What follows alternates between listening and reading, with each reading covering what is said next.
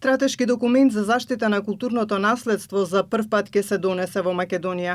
На последниот ден од расправата за донесување на националната стратегија, директорката на Археолошкиот музеј, Весела Честоева, вели дека документот бил доставен до сите засегнати страни и од нивна страна е одобрен за понатамошна постапка. Честоева додава дека во стратегијата за состојбата на културното наследство опфатени се повеќе сегменти.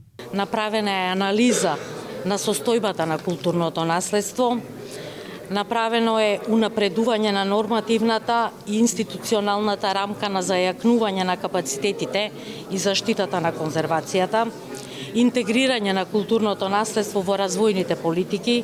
Председателот на Комисијата за изработка на стратегијата Јане Клековски вели дека на неа работеле десетици стручни лица повеќе од една година, за да се донесе финалниот производ. Националната стратегија имаше за цел најпрво да ги соочи проблемиве и состојбава на културното наследство, потоа да изготви планови и начини за реорганизација на самите установи, на стручниот кадар.